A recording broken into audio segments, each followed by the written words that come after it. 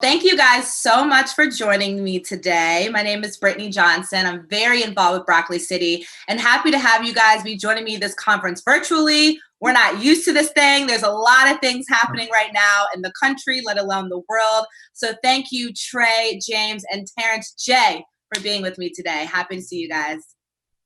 Thank you. Before we get into it, tell me a little bit about how you guys have been handling quarantine. Has this been a time where you're focusing on being your best self, or what's exactly going on in your world right now? Trey, we'll start with you. Yeah, I'm just using this time for a really deep reflection. So just thinking about what's really important in my life and trying to hone in on those things. And of course, weed out the things that don't really matter. So that could be across a number of things from, deeper education, career readiness, and really like financial literacy as well. So all of the above. I love that. Terrence, what about you? Yeah, the same. I think the first month, maybe in the first the first 2 months, a little shaky, trying to get your rhythm, trying to get your balance. Now trying not to eat everything in the house. Exactly. Too many snacks. But now I'm in a great rhythm. Similar to what Trey said, I really found a balance of things that I want to accomplish, setting goals for myself, working on my finances and expanding my portfolio of real estate investments and stock options, reading more books, watching more movies that are relevant to my career, building more brands and building more creative projects to work on, and just really trying to utilize this time the best way I can. Look, that's amazing. I know that's something that we're going to get in today, which is around finances, and to have three Black men talking about how they are working on perfecting their craft, and especially in that finance world is so important for people to see. You guys are setting a great example for sure. James, what about you? Well, I didn't know I shouldn't be eating everything in the house, so you just mentioned that. So that's definitely look, we've all been there. A large part of what I've been doing. No, but honestly, I've been really kind of finding my activism voice right now. And I think, through quarantine, through not being able to travel, it's really allowed me to engage on a very grassroots level in the community. Been contacting a lot of elected officials about a lot of things, and really honestly like finding that part of my voice and feeling as though I have the time and the capacity to really engage. So that's, I think, been probably one of the more rewarding things that I've had an opportunity to do. I love that. And that's a great segue into the conversation we're about to have. Activism has a huge meaning nowadays, especially in the Black community. And we're going to take a few steps back. So we know COVID-19 is here. It's not going nowhere anytime soon. It's definitely affecting our Black community. And in particular, definitely not only affecting students within HBCUs, but also the future of HBCUs. And with everything that's been happening, the light is shining hard on the Black community, Black colleges, Black businesses, Black entrepreneurs. So I do have a couple HBCU alums in this group today. We've got Trey and Terrence. Terrence, I know you hold it down for North Carolina A&T. And Trey, I know you went to Morehouse. So first of all, because James and I did not go to an HBCU, what makes an HBCU so special? Why don't we start with you, Trey? I really think it's the value of relationships. So when you do go to college, you can go anywhere, right? But the reason why I chose Morehouse is because their relationship says you can meet people from all walks of life, from doctors, lawyers, and even community activists. And so when I think about what's really important to me, is really just building up the Black community. So why not go to an HBC, learn more about yourself, sit well within your Blackness, and really go out to the world and really make a difference. Wow. Terrence, what about you and your experience in North Carolina? Yeah, I always say I didn't choose an HBCU, an HBCU chose me. When I was coming out of high school, my grades weren't great. I applied to a ton of different colleges. I was living in North Carolina. I applied to NC State. I applied to Chapel Hill. I applied to a bunch of different schools and got declined. North Carolina A&T was the one school that accepted me and gave me an opportunity. And I went from being on academic probation in the beginning to by the time I graduated, I had a 3.8 GPA, was student body president, and a member of Omega Psi Phi. But it was those 4 years in that time for the matriculation for me to become the man that I was. So what I appreciate about HBCU is the fact that, the original mission statement of being there and being that educational mechanism for Blacks is exactly what it did for me. And it changed my life. And that's why, to the day I die, I'll always be repping HBCUs and trying to get as much money raised for them as possible, because there's so many students that could be on the edge that an HBCU takes a chance on, and that opportunity can change their life like it did mine. Love that. I love that. And an HBCU is a unique experience that, only you guys understand that experience because you've been there. I want to get into, so the one thing that's cool about— I think you've been to a couple homecomings. I think you had okay. You've been to a few homecomings. You got me, T. You got me, T. I've definitely been to Morehouse homecoming. I've definitely been to North Carolina.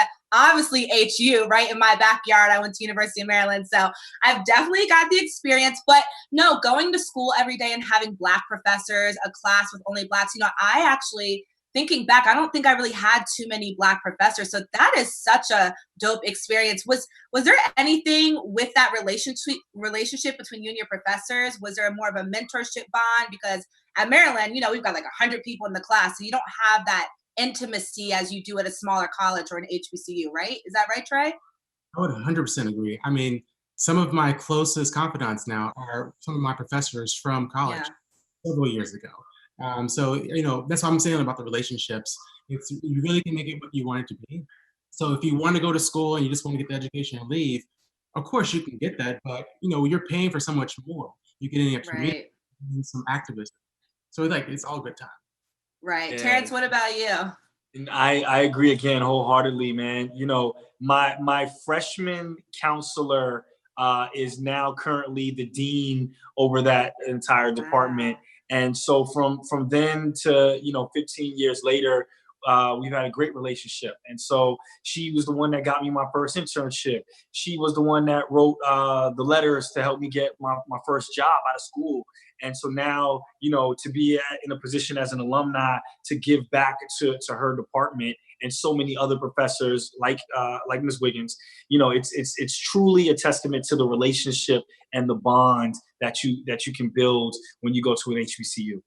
Yeah, that's definitely that uniqueness for sure. And you guys also have so many relationships with different corporations, networks. And so we're going to get into JP Morgan Chase today, in particular, Advancing Black Pathways, which I love the program that JP Morgan Chase continues to grow into, evolve, and especially helping our Black students for sure. James, let's start with you and your role in regards to Advancing Black Pathways and how in general JP Morgan Chase is providing opportunities for Black students in particular at HBCUs. Sure. Well, thanks for that question. So last year, JP Morgan Chase launched Advancing Black Pathways. And really what it was is our attempt to shore up the racial wealth gap that we know exists in this country. We know for a fact for every $100 in wealth that a white family has, Black families only have $5. And we feel as though we're equipped as the nation's largest bank to do something about that. So we divided our work into 3 areas: education, careers, and wealth. And we're very intentional, right? It's in our name. This isn't the, Advancing Pathways for Everyone initiative or the Advancing Diverse, initiative. It is Advancing Black Pathways. We're specifically focused on that. And I help lead our education pathway. And really, our main focus areas are access to education. So helping get Black students not just to college, but through college, right? Yeah. We know statistics show almost half of Black students that start a 4-year degree program don't finish. The largest, reason for them not finishing is undue, financial hardship. So one of the things I'm most proud of is we launched the Emergency Hardship Fund, the Advancing Black Pathways Emergency Hardship Fund. So we provide emergency aid to that student that says, hey, I need a car repair. And my car is the only way I can get to campus. And, if I don't have that, I might have to drop out. We provide emergency aid for that. Right now in the era of COVID, with universities shutting down their campuses, students needing to, transport themselves back home, the unexpected expense that comes with needing to learn remotely, digitally. Maybe you don't have a laptop, an iPad. And so we're providing emergency aid for those students so that they can continue to remain in college and thrive. So those are just a handful of things I'm most proud of that we're driving on the Advancing Black Pathways team. I love that, James, because, you know, on average, Black students graduate with much more debt than our white counterparts. About like $29,000 on average, Black students are coming out of debt. So how are we helping to bridge that gap, lower that number? And how can students today who may be watching get the information they need to apply to start to get that aid that you guys are helping across the country with? Great. So that's a great question. And you're absolutely right about the statistic. And honestly, you know, it's so often Black students traditionally come from backgrounds where, you know, they're already economically disadvantaged. So then having the burdens that come with student debt on top of that, so often we end up so far behind our white counterparts. And so one of the things that we're doing, in addition to the financial hardship emergency funds that we're providing, and those we're fortunate to have been able to partner with the United Negro College Fund and the Thurgood Marshall College Fund. Amazing. To help us administer those funds to every single HBCU student can go to the UNCF or the Thurgood Marshall College Fund and apply to get funds from the Advancing Black Pathways Emergency Hardship Fund. Another thing that we're doing that we find to be incredibly important is providing financial literacy. So making sure that these students know, you know, when you're coming out of college, yes, you're going to have some student debt. You know, the first job you get out of college probably isn't going to be the, you know, 7-figure job. So what do you need to do to have responsible fiscal management to set yourself up for financial success down the road? Because it doesn't, you know, whether you make $30,000 a year or $3 million a year, it's not what you make, it's what you keep. And people lose sight of that. So it's how do you make the best decisions for yourself to make sure you have your own hardship fund, right? Your own rainy day fund. So when something happens, like a pandemic, like a layoff, you're equipped and you're not in a position where you're needing to borrow or sell things, you know, in order to get by. So we're making sure that students at our HBCUs are equipped with the information they need about savings, about budgeting, about decisions you can make now as like a 20-year-old that could impact your credit. So when you're 30 and you're trying to buy a house and you're like, how did I get declined for this loan? Oh, maybe I shouldn't have opened up 5 credit cards, you know, my sophomore Literally year. was about to say that. If only I had y'all when I was in college, the way this credit card debt can be set up is real. Okay. Really? Yep. And you don't know what you don't know. And so we're going in and we're providing these students. So those are a handful of the things that we're doing to help those students be successful financially. I love that. And Terrence, I know you're very active in the community and definitely with your alum at North Carolina A&T. How are you collaborating, if so, with Advancing Black Pathways, or also just creating a pathway to help students come out of college, not necessarily debt-free, but smarter, wiser, stronger, and to be able to take on the adult world after college? No, 100%. You know, James mentioned an organization that's near and dear to my heart. I'm the national ambassador for the Thurgood Marshall College Fund. And so we're continuously on the phone trying to figure out creative ways to work with corporate sponsorships, to work with banks, to work with alumni, and just people across the country to raise money to help support these students going through these hardships. You know, like James said, this is a tough time for all Americans. And I can only imagine being a sophomore right now at Morehouse, at FAMU, you know, at A&T, that had the next semester to look forward to and had the cushion of being in, you know, at a school environment, and it is now in limbo, having to go home or having to figure out how to pay for their apartment or getting a job. You know, all of these things kind of hit everybody really sporadically. So we're definitely all working and trying to just figure out how to get those resources to those students. I love that. Trey, what about you? I think everyone's right. I mean, students are juggling their schoolwork, their full-time jobs, just to cover expenses. You know, sometimes barely meeting those expenses, which can make it difficult for them to focus on their studies. So it's like a system that needs to be fixed. And I think everyone knows that, you know, we all can, you know, do our best to advocate for change and, you know, give back to our HBCUs. But, you know, we are working together to really change this this way that the system is. And I think until that's really changed, we're really gonna have a hard time with that. But I think we're making great ways towards that. I love that. And as all four of us know, Black Lives Matter. They have been mattered. They still matter. They will always matter. And right now, as we talked about earlier, the light is shining on us, unfortunately, because of the civil unrest, the inequality that's happening in our country. And we're going to continue to move that path forward. But in particular, a lot of conversations I've been having recently is about Juneteenth and how this year's Juneteenth in particular was so special because not only are not just Black people, but anybody of any race learning more about what that holiday means, but we saw a surplus of cash, a surplus of support in regards to our Black businesses. During this time, how are the three of you being more intentional in regards to giving back to our Black communities overall? And how are you being inspired by this movement? Terrence, I'll start with you. It's funny, man. My boy Kenya Barris has been talking about Juneteenth for years and years. Literally, right? Episodes of Blackish. He did episodes of Black AF on Netflix, and he's been talking about it. So I've been hearing him say it so much in my ear that this year it felt weird, like everybody was joined on our inside joke. Blackish is something. Juneteenth is something that is special to all African Americans. It's a time we should be celebrating our history. I've been learning more facts about us over these past couple of months, more stories about members of the, Black people that were in the military, Black people that were business owners, Black Wall Street. So it's been a great time to celebrate us, to celebrate our stories, and put our money where our mouth is, man. Supporting Black business owners, supporting, Black people across the board, and just hoping that we can keep that same energy and keep this narrative to keep on going after it's not a trending topic anymore is, I think, the main objective. I love that. And I saw your IG live the other day, putting Marlon on the spot, like, show me your Blackware. Show me how you're truly supporting our Black people. So you keep doing that. You have a platform where you can really challenge people to step up to the plate when it comes to really investing in our Black communities. That was heated the other day. You had him on the spot.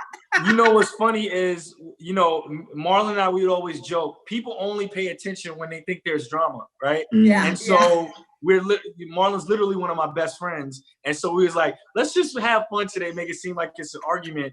And all we were doing was talking about Black businesses. And so people caught in on our joke later, like, hold on, did they just trick us to make us look at that extra, intensely? Because all I kept telling Marlon is, your family is the top of the totem pole, and people don't even really give you your roses. So it was like, after I got into the fake argument with him, everybody then gave him his roses, and I was like, I told you, everybody loves you guys. So I think that it's just important that we continue to have that energy, man. We continue to support our Black creatives, our Black business people. I'm happy to be on this call with James and Trey and you. We got to keep on supporting our Black executives and keep on just supporting their programs, supporting their initiatives, and making sure that we support each other. As we all know, our crabs in the barrel mentality is not our fault, right? We've always been conditioned to fight against each other. And so if there's any silver lining that's coming out of all of the atrocities that are happening, it's the fact that we're joined at the hip. Black people, when I see Black people now, it's like, yo, finally, it's like, let's love each other more than ever. Facts, definitely. Like I was about to say, having these conversations, y'all could have been anywhere today, but you're here with me having this conversation. I appreciate that. And the people who are watching this appreciate that too. Trey, what about you? How are you being intentional nowadays in regards to the Black community? I think in everything that I do. So when I think about reflecting, like when I want to eat, for instance, I'm going to Google some Black-owned restaurants and just try them out. Because you know what? I'm tired of just going down the street eating the same thing, one. And two, challenge for me. And then on an unrelated note, I would say, JP Morgan, we really are partnering with our partners. So we partner with HBCU Connect, SEO, Inroads, and so many more nonprofit partners. We're really trying to deepen our relationship. That way we know that whatever is needed for the student, we can meet them where they are. I love that. James? Yeah, I think, one of the things I am particularly proud of and want to highlight, just pulling on the thread, Terrence mentioned the whole importance of, giving folks their roses and recognizing their accomplishments. This year, 27,000 students graduated from historically Black colleges and universities, which is a huge milestone. And to do that in the midst of a pandemic and not have that opportunity to walk across that stage, you know, hear grandma scream for you. Go take! Right, right. Bring the air horn out, you know. Right. And celebrate. So, yeah, and it was really important for us that we, you know, we give those roses where they were due. And so we did a program, a recognition celebration for HBCU graduates called Show Me Your Walk. And we brought in our partners from, you know, President Barack Obama to, you know, our friend Serena Williams and Steph Curry, a lot of folks, including the presidents of HBCUs, and really just did a virtual celebration that acknowledged the hard work these students had put in, and also helped them create paths to career success going forward. So an extension of Show Me Your Walk is a career readiness series that we are hosting in partnership with LinkedIn Live. So many students I talked to, Brittany, are saying, hey, I had a job lined up, but that offer got rescinded. You know, this company I was going to go work for, they're doing a hiring freeze. Well, we know at JP Morgan Chase, we're still actively hiring. And so we want to give these students, particularly these HBCU grads, an inside scoop on how to land those jobs wherever they are geographically. And so that's another thing that we're doing to really advance the Black community in this time where it's really all eyes are focused on the uplift of the Black community. And those are some of the things that we're doing for the broader Black community, but particularly for, you know, our HBCU fam. Gosh, I love that. Advancing Black Pathways in JP Morgan Chase is truly one of a kind. I saw the Show Me Your Walk program. It was flawless. And I have to say, you know, we can't walk across the stage, but Black people still celebrating. Them drive-bys have been lit. Okay. People on top of the roofs with their cap and gowns. So congrats to all the 2020 grads. I think, you know, this is one of the most special years to graduate. There's been so many programs, so many influencers, public figures giving back to the community and making our graduates feel special. So that's so important.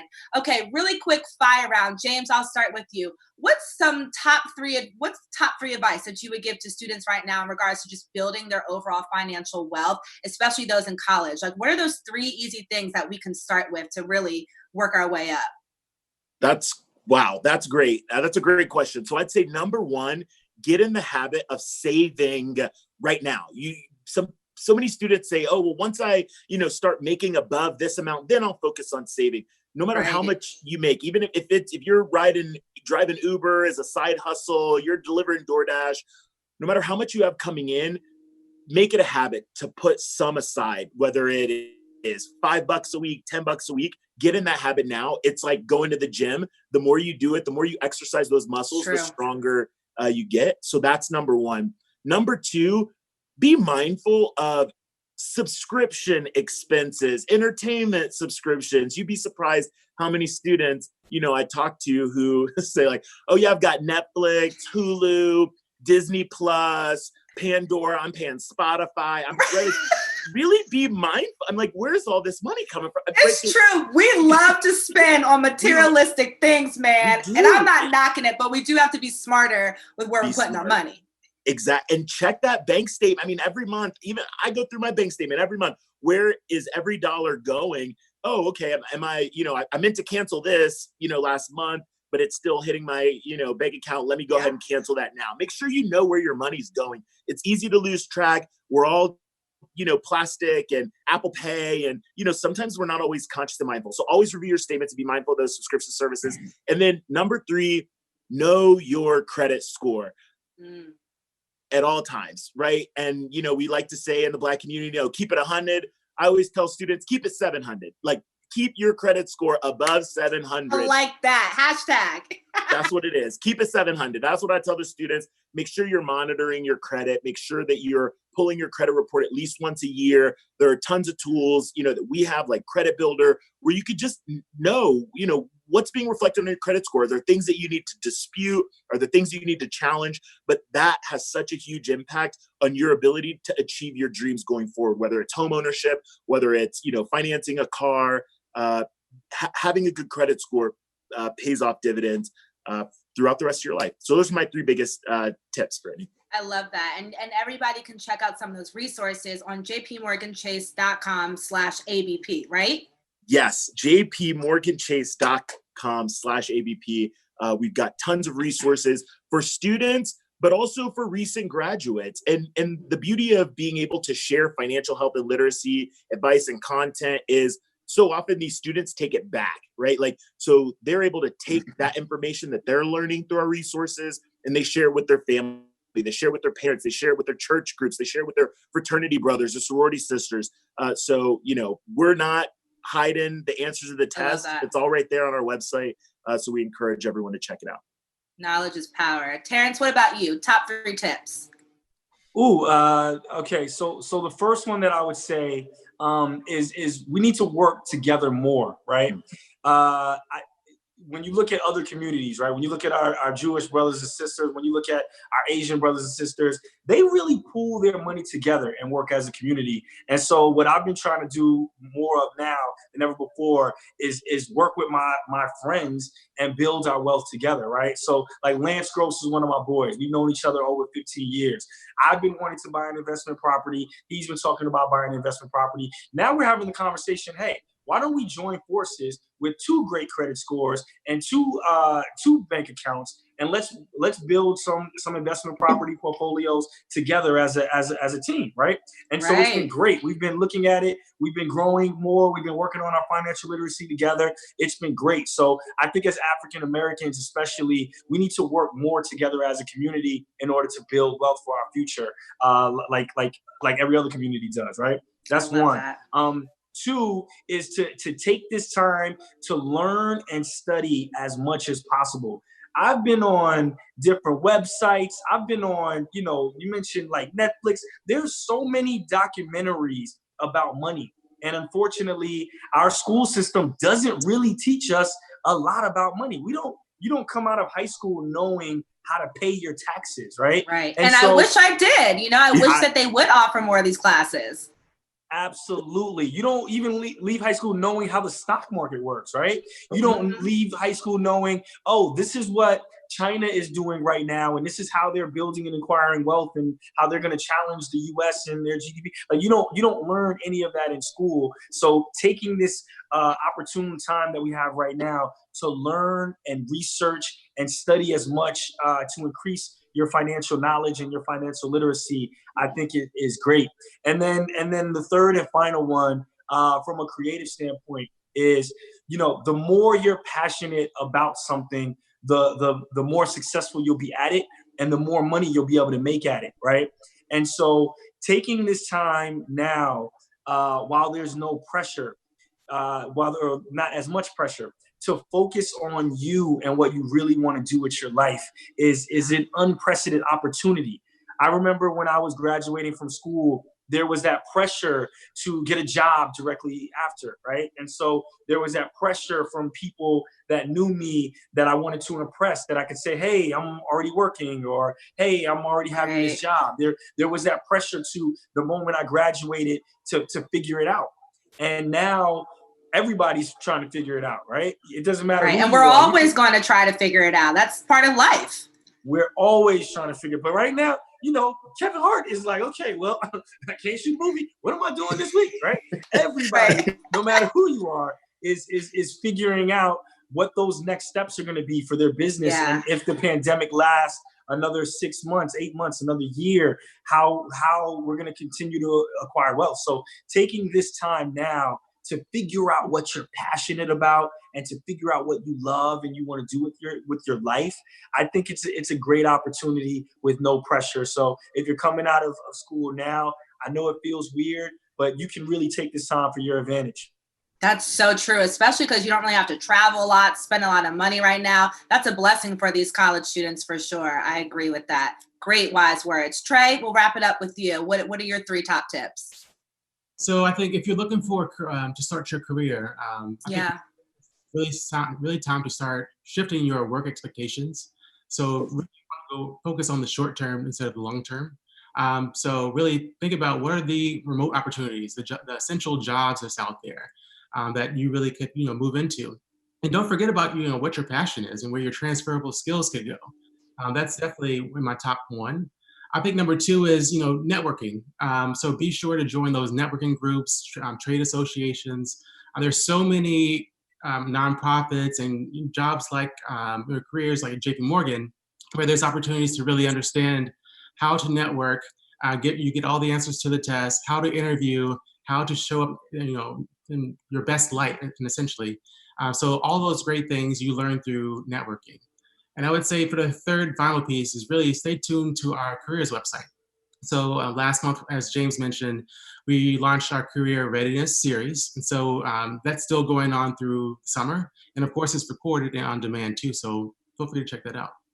I love that. Thank you three so much for this knowledge, this wisdom that you shared today, for really being a pillar for our communities. Before we wrap up, is there any last words for sure, especially for our 2020 graduates as they're transitioning into the new world, or any plugs as well? Where can people follow you, find more information?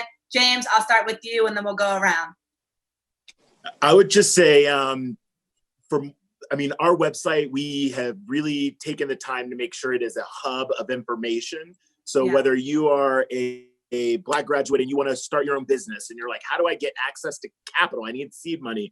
You can go to jpmorganchase.com/ABP and find out information. If you want to join the Career Readiness Series, like Trey mentioned, you want to learn about how do I network virtually now that I'm not going to be in the office? How do I build a LinkedIn profile that'll get the attention of recruiters? You can go to jpmorganchase.com/ABP and find out. If you are somebody who's interested in second chance hiring programs, for example, maybe you have had a history with the criminal justice system and you're looking for that second chance and that way to, get your foot in the door professionally. jpmorganchase.com/ABP. We've got just a ton of resources. And so I would just encourage folks to get in touch with us. There's a contact us form there. So if you've got questions for me, you can submit that there. If you've got broader questions about any host of issues, you can feel free to connect with us, and we're pretty responsive and try to reach back to every single person that could use or benefit our advice and support. I love that. I love that. Especially the Second Chance program. That is huge that JP Morgan Chase is doing that. I had the pleasure of attending your 1-year anniversary at the African American History Museum. And literally was in tears. It was incredible to hear some of those stories. Definitely. Terrence, how can people continue to follow your movement? Social media, of course, at Terrence J on, Instagram and Twitter. Thank you guys. I've been with JP Morgan Chase as a banking institution for years, man. And it's just great to see, the abundance of now Black executives there, Black programs, we're getting more loans. And so it's a beautiful thing, the growth. And so doing this program is absolutely a pleasure. I thought you did an amazing. Do you have a teleprompter over there, Brittany? What are you doing over there? Nah, Terrence, we gotta talk. We gotta talk. You need to call me up, bro. We gotta do something. Nah, that's the talent. You killed it, man. You killed it. Thank you. Thank it's you. It's not easy to do these Zooms sometimes, man. I know. Thank you. Trying to get like you. Doing the questions, it was great. So that was great, and I appreciate you guys, man. You know where to find me. Thank y'all for having me. Thank you so much, Trey. I think James gave all the plugs in regards to JP Morgan Chase, but in case he missed anything, what we got?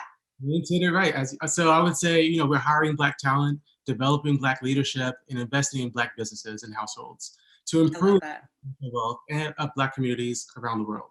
So it doesn't stop at HBCUs. We care about our Black community. Yeah, I love that. Thank you three so much. Thank you for Thanks, such a great conversation, and look forward to meeting you somewhere in the near future, collaborating soon. Great. We'll see you soon. Thank you guys. Bye, Terry. Bye, Trey. Thank you.